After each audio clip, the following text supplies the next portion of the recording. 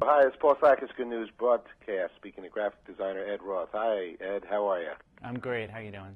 Okay. You're an author of several DIY books, including Stencil 101, DECOR, Customized Walls, Floors, Furniture, and Oversized Stencil Art. Okay, this is pretty darn interesting. And there's something going to be happening here in Brooklyn, New York, which is where our TV studio is. So tell us about updating, energizing, and changing your living space quickly and economically with stencilizing, and eco-friendly, an affordable do-it-yourself project. What's going on?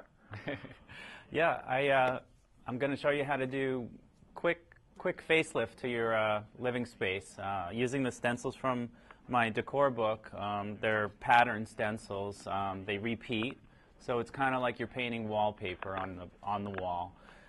What's nice is you get to choose the color, you get to choose the paint, and today is eco-friendly DIY how-to, because I'm using Natura, Benjamin Moore's eco-friendly paints. They're odorless, dry really fast, easy to work with, and my stencils are recyclable plastic, and you know, definitely you can recycle them. You can also upcycle them by sharing them with friends. So yeah, I've got it ready to go and on the wall. I could show you how to do it. Sure. Let me quick question. What makes a paint eco-friendly? They have 0 VOCs, which are volatile organic compounds. Had to do my homework there, but those are you know, basically chemicals get released out of paint for years after you've painted. So these don't have those harmful elements in them. So they're creating better air in your living space, which is you know, green. Yeah, that's important. Well, it was a big concern, right? The old days, what, they used that lead in the paint, right? Oh yeah, and formaldehyde and a lot of other chemicals that luckily we're moving away from. All right, we're improving. The good news is we're improving and doing better as often as we can. Sure thing. Sounds good. Okay, Yeah. Tell us a little bit. I love this stencil stuff. Thank you. Yeah. Basically, these stencils are designed to repeat. So you plan out, you choose a wall in your house that maybe is an accent wall, whatever to your liking. The project can be as big or as small as you want. And you create a grid on the wall using the registration marks that are on each stencil. So I taped those out before we got on with you. And the best way to do this is with a stencil brush. I use a pretty big one with a flat head.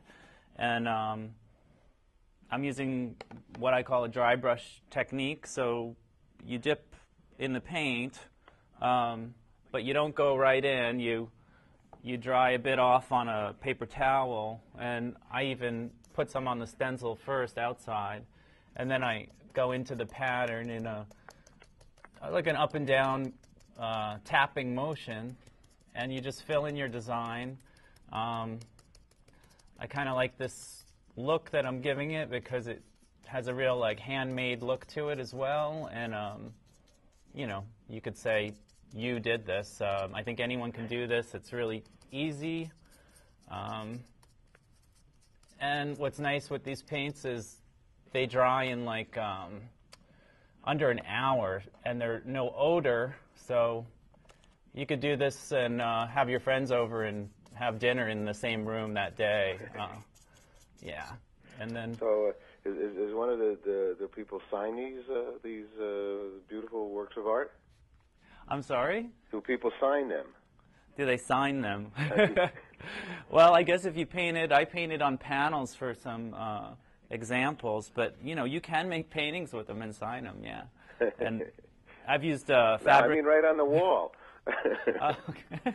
Your house, sign the darn thing if you did it. It's your wall. I like that idea because, you know, think out of the box a little. Yeah, sure. Well, Yeah. you already are with the stencils. So there it is, and you just keep repeating, and then you remove your tape, of course, and you know, you just go on, and if you got the whole wallpaper going on, that whole look, yeah. So give us a little background on it. Actually, I'm in one of these brownstones here, and you know, when I came in here, it had like a flock Okay. kind of a look to it. You know, Yeah. it had like a 20s look. Yeah.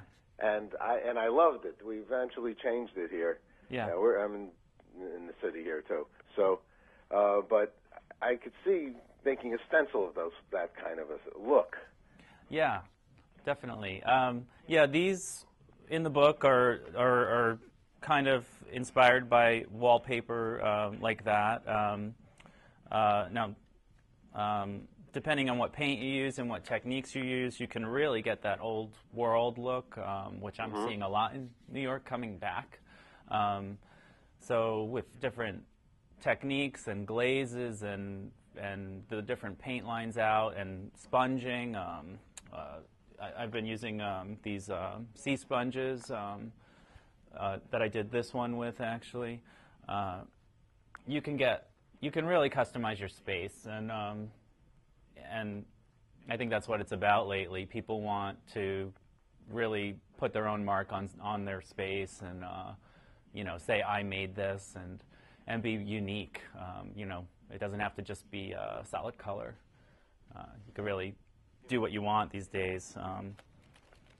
And on my site, you'll see I have, if patterns aren't the only thing I do, there's 6-foot birch trees if you're more the nature lover. I've got birds and trees and things like that. And I also have skulls and cars and stuff for T-shirts. You could paint T-shirts. I actually use the patterns in the book to paint, use fabric paint to paint this pillowcase. So there's, you know, it's a stencil. You could paint anything you want with it if you use the right paint. I think it's great. I really love it. It's kind of my thing. Oh, cool. I had a 30-foot wall of wallpaper with people flying and rainbows and animals and things. Wow. At one point in my life. I think it's beautiful to live in that kind of a lifestyle. Tell me, where is this in Brooklyn? What's going on over here? I live in Williamsburg, and that's where I have my home, and I have a studio there, and that's where I design out of. I do different events in Brooklyn. I do Etsy events.